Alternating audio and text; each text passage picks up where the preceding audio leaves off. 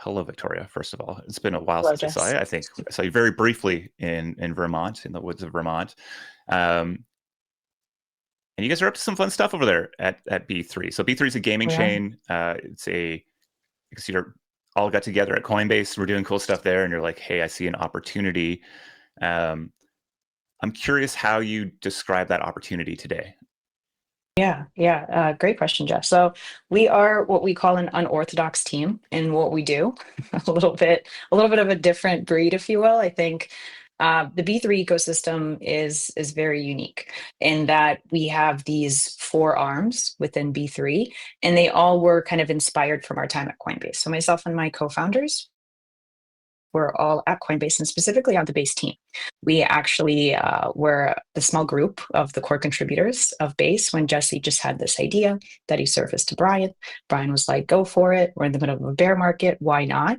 I don't know if this is going to succeed, but why not? And so he put together the small team of us, gave us all a really cool NFT to commemorate that we're all, contributors in the early days. And then we went out and closed partnerships, launched testnet, launched mainnet. Launching Summer was one of the big initiatives I led on the team. And through our time at Coinbase, there were a lot of learnings. Coinbase collects a lot of data. There's a lot of really great insights.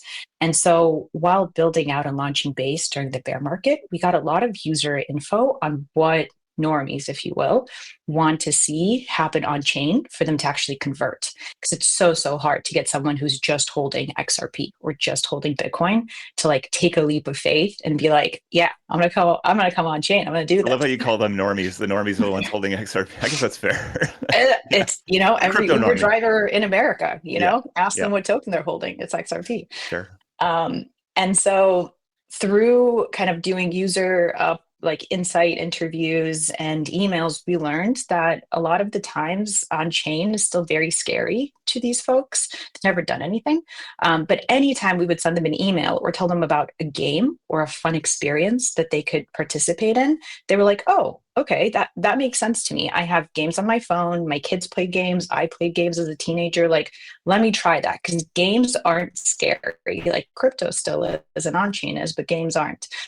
And so we saw our conversion rate in terms of emails being opened and people actually following through the URLs Hmm. go from like zero whenever we'd be like, trade this token on Base, come mint this NFT on Base to 20% when we would be like, hey, Atari just launched this new game, come try it out. So that was a bit of an we're doing four things. We're a baby company, but we're very excited about the four things we are doing. So we have our labs entity, which has produced 11 products in the last 12 months. We're a 12-month-old company. Most of our team is engineers. Most of those engineers actually come from Coinbase. And so with the labs products, the goal is to have these fun experiences that really bring users on chain. So we have a platform called Basement where you're able to play flash mini clip like games. We have a platform called Stake to Win where you can stake some of the B3 token and then the yield that you earn, you play casino games with. So you can play slots or blackjack or roulette. We have Hype Duel, which is something that we just launched 3 weeks ago. We're super excited. It's an AI versus AI arena where you bet on two AIs kind of dueling it out and like trying to kill each other. And there's just 30-second rounds. So very fast paced, very quick, like super engaging. And you can say like the blue guy with an axe is going to beat the yellow guy with a hammer. And it's AI versus AI. So the interesting thing is like, this isn't a game developer that's gamed the system and like coded blue with his hammer to consistently win every single time. The AI runs itself and the odds change every single time. Okay.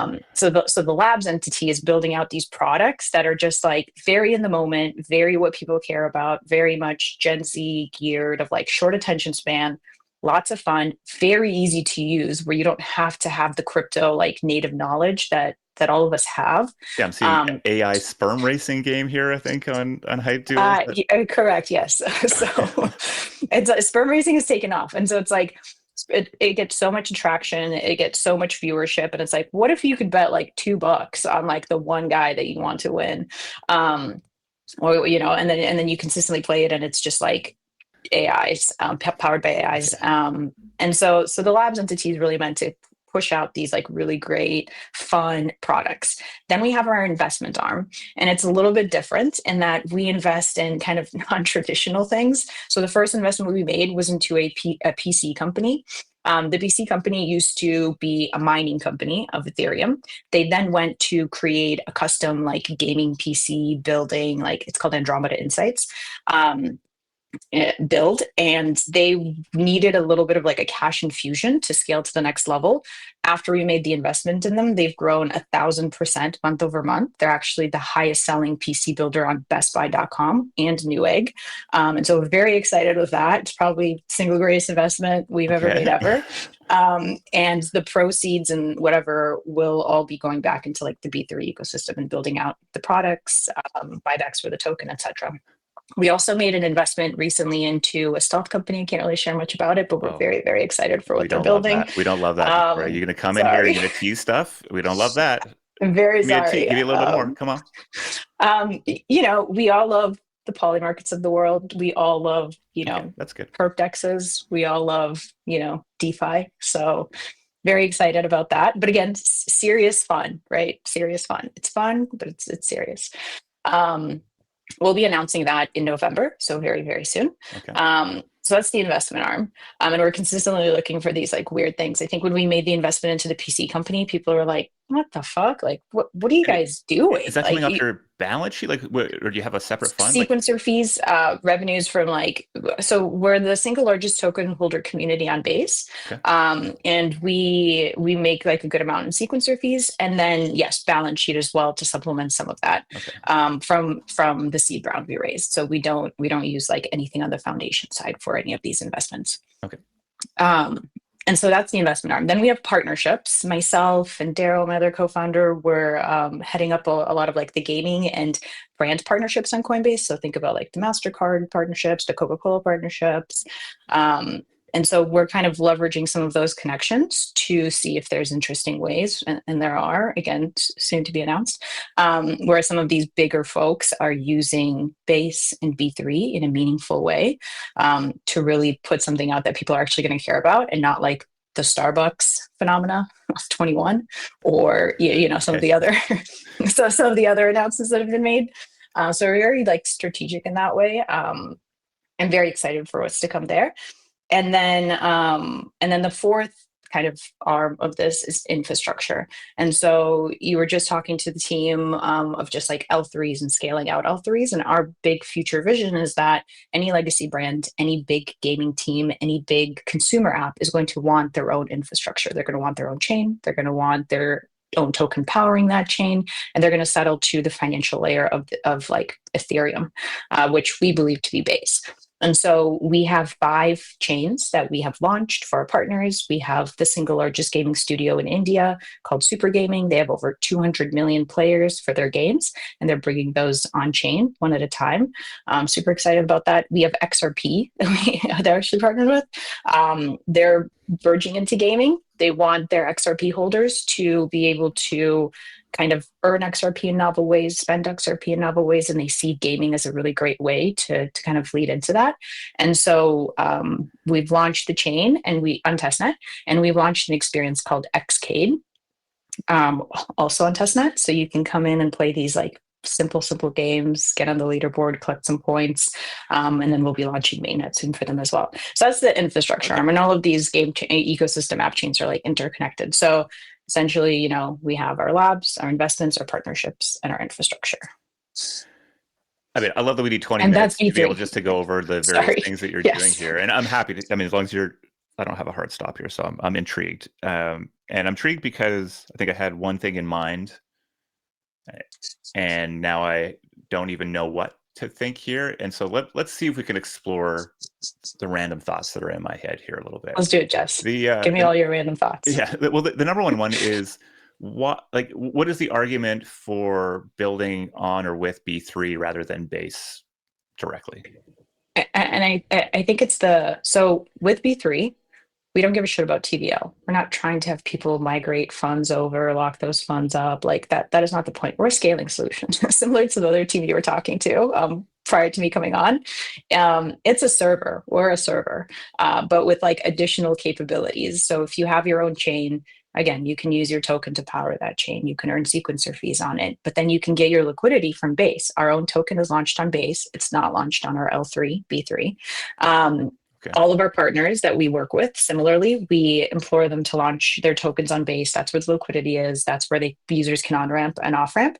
And then we have kind of these interoperable tools that allow all of the users to use their funds off of Base without having to switch networks or bridge those funds over to the Okay, so L3. it's a And bet so basically that we yes, we're abstract going to it. limit block space is going to be limited in a lot of these killer use Correct. cases, and Correct. people want to have exposure to the Ethereum ecosystem, but more specifically liquidity on Base, Yeah. and we can extend Yeah. there. Okay,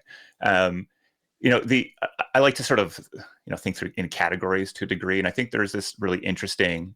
I guess there's two thoughts that come up. One is that so many of the alt L1s, L2 ecosystems are far less about their blockchain and far more about the ecosystem value that they can go create. So many are acting as hedge funds, making venture investments, incubating specific projects. I think of Avalanche as being a key one here, and Inverse Capital, I think that Santiago's running is also sort of fits into this.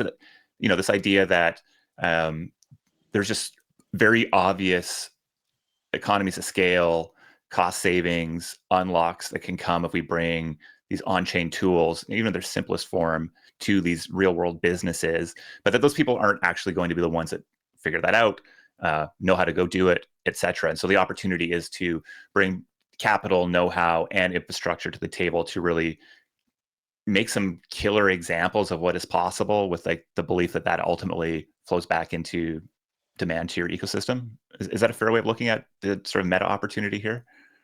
I think so. That's exactly right. I think going about it in a way where you're opinionated, like what we believe to be true is that there are far too many ecosystems at the moment. Like it's a fragmented space. And so it's going to have to consolidate itself at one point in time. Some people are going to succeed, some people are not going to succeed. And it's like, who are you going to take a bet on? Who's building out the most robust infrastructure, the most robust tools? Who's going to be here for the long run? And Coinbase has really proven itself to have been here for the long run. And so betting on Base and really building out like everything that we do on top of Base is our big bet. And when you do approach like the Web2 legacy brands, new builders, and they're in the state of paralysis of like, do I deploy with Barachain? Do I go for Avalanche? Do I build in Solana because Pump Fun is crushing it? And it's this like fear of, if I deploy with this, I'm locked in. Like I can't, my users aren't going to move with me the minute that like this one ecosystem maybe isn't as successful or something happens. And so what we want to do is provide this like incredible modularity. So even though we are very much like building everything out on Base, we do have the opportunity for some of these partners to potentially say, hey, I've been working within like the Base ecosystem, but I actually want to settle to Solana or I want to settle to Avalanche. Right. Our infrastructure is modular enough to where you can make that switch without having your users rework the entire ecosystem, having to switch wallets, having to like rebuild your apps, everything that you've deployed. And that's the beauty of scaling at the L3 level, because you can choose the DA layer, you could choose the settlement layer, swap those out, and users aren't impacted. And that's where the opportunity lies. So I'm curious if you're to sort of point to 1 to 3 either products or token communities that have sort of maybe show the range or the breadth of what's being built on B3. Where would you point somebody like me who's really maybe compelled by this new conceptual understanding of what you're building, but looking for real examples to see how it's being put into place? Yeah, I mean, honestly, like Hypeduel is a really good example of that. Everything that Hypeduel is built on and how it like parses out some of the data and settles it to B3 versus it being launched on Base and having there's arena coins that are a part of Hypeduel as well. So we're essentially looking to target two audiences. There's those that, are degen gamblers and they just want to put $2 on the sperm they think will win, or like the little AI they think will win. And they're just consistently hooked on that slots like experience. And then there's those that are like, this is dope, but I don't have the time to sit here and like bet against these guys. I just want to ape into like a coin that's going to consistently be going up. And that's where the arena coins come in. They're all deployed on Base, and essentially the fees generated on the bets go into buying up the arena coin.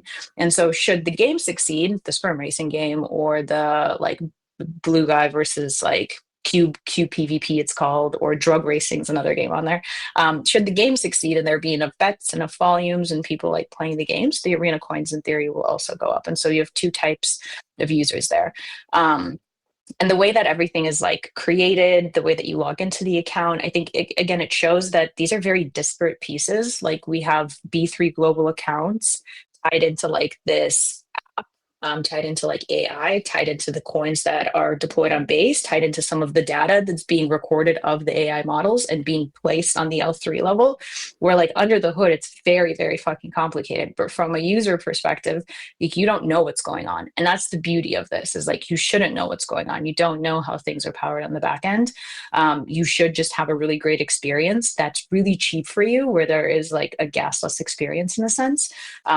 And so that's kind of what we're trying to build. Another good example of that is super gaming. So super gaming has all these games. They won like Game of the Year on the Google Play Store. They have both mobile app games and desktop browser games.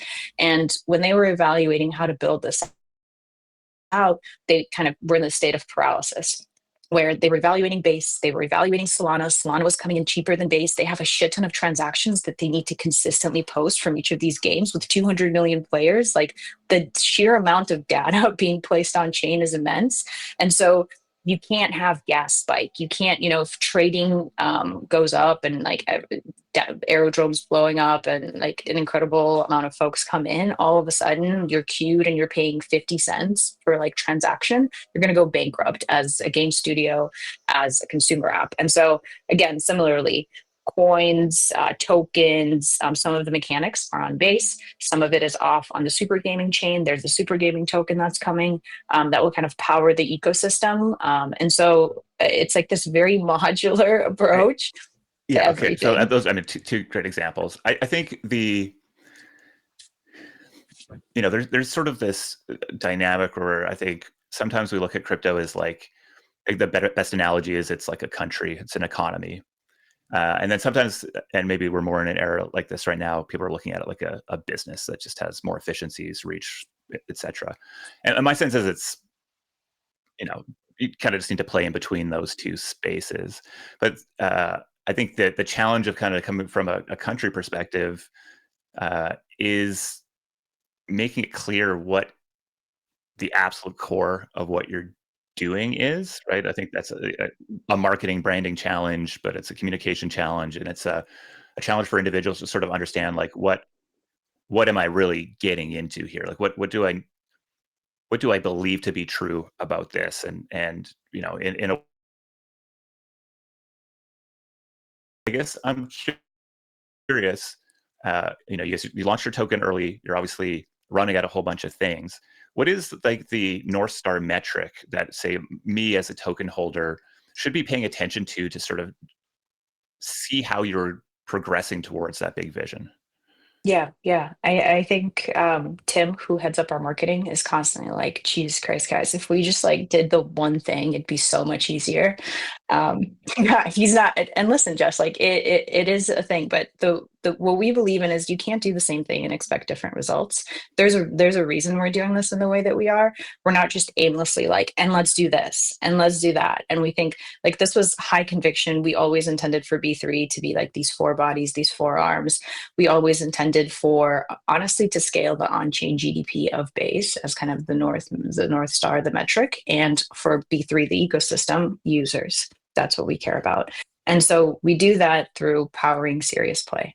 And, that comes with the modularity that I described. And so it's not necessarily like us going out and pitching just the infrastructure angle or just the investment angle, but rather like this white glove approach of, on the partnership side, when we do approach like a Web2 legacy brand, we have deep understanding of what they're looking to do, how they operate their business, and where we could fit in. And we're bringing on-chain components actually make sense for them in a meaningful way, where we get what we want, which is growing on-chain GDP through revenue of all the products that we launch, of all the infrastructure that we launch, and then getting users. And on their side, they're innovative. They're coming into the Web3 on-chain world in a meaningful way. and are kind of a first mover, especially with the administration that we're under right now, it makes sense for a lot of them where it's like, well, the president launched their own token. What does that mean for us? Words I How was do I, never predicting would be said ever, but it's exactly. very reality we live in. Exactly, Jess. It's an interesting world we're in, but Yeah, it's one where, there's opportunity. And so if it's for the greater good of the ecosystem generally, like we should embark on that opportunity. But yeah, I think the cool. TLDR is just we power serious play. Yeah, and I get that right now because of our chat here. I think it's I know that these are. I mean, I'm sure our brains are having very similar thoughts all the time. There's this like big thing. The language we're using articulates that. Is that effective at actually kind of connecting with? Because I think I kind of came in thinking that this was, to me, the comp in the market, or like maybe, and I don't know if you agree with this, is kind of what abstract is trying to go do, right? Like they're like this consumer chain opportunity, very different strategy, probably very different business. But I don't know if I would have put you in that category in my mind without our conversation today. Yeah. And so yeah, maybe it's just, I mean, it No, Jess, you're not wrong, and a lot of that is because of the marketing materials, the website itself, which is in the midst of a rebrand. I love that. We To always, really, my yes, favorite thing is when we go, all right, so let me describe what you're doing. And then people are like, great, that yeah, website needs to be updated. yep, But yeah, I think that is we have never been closer to true mainstream adoption of this technology than we are today, and yet there hmm are still very clear barriers and friction points um, that get in the way of that. And I think some of that is infrastructure, but I also think a lot of that is narrative and just making this feel very real to people. Um, hmm and so I think that dance between how do we say what we're actually doing today in a clear way while giving the inspiration for what we're running towards in the future, and also just making it very tangible and real is, I think, the hard work. Frankly, I mean, it's so easy to copy. Stuff's just getting easier to be created. Being able to sort of anchor and own a category and a space in somebody's mind is the big opportunity, and I think that's a lot more squishy stuff than just deep tech stuff. So, all right, exactly, we got to leave it exactly. there. You've expanded my understanding of what you guys are going after here. And I think even just clicking around on your website, I like this pull me into the staking section, and then all of a sudden I feel like I'm actually in an app store. And I think it is a really interesting design space to go play in. You guys have been pushing at it for a while now, so I feel like you're probably closer than others to that. And AI sperm racing might be the thing that actually gets me to jump into the Amazing. first B3 app here, because Amazing. it If you looks like that, you'll like the next release. Next week we're releasing one gorilla versus 64 men. And the configuration of the 64 men, the AI decides how many of them have weapons, how many of them have armor, how many of them are just like okay. laymen. And then you bet, like, is the gorilla gonna, decimate these men, or are the men gonna actually take over the gorilla? I And mean, so what is your answer to that general internet meme? I believe in humanity. So Okay, I'm taking the gorilla. Viktoriya, thanks for hanging out with us today. You're the thanks, co-founder of Jess. B3. Sounds like you got a lot of things coming. So that's is it at B3? Is that right on X? B3.fun. Dot B3.fun. is like spelled out Of DOT course it is. FUN. Yeah. Of the culture. I love it. Thanks for hanging out Yeah. with us today, Viktoriya. Best of luck. Thanks, Jess. Bye.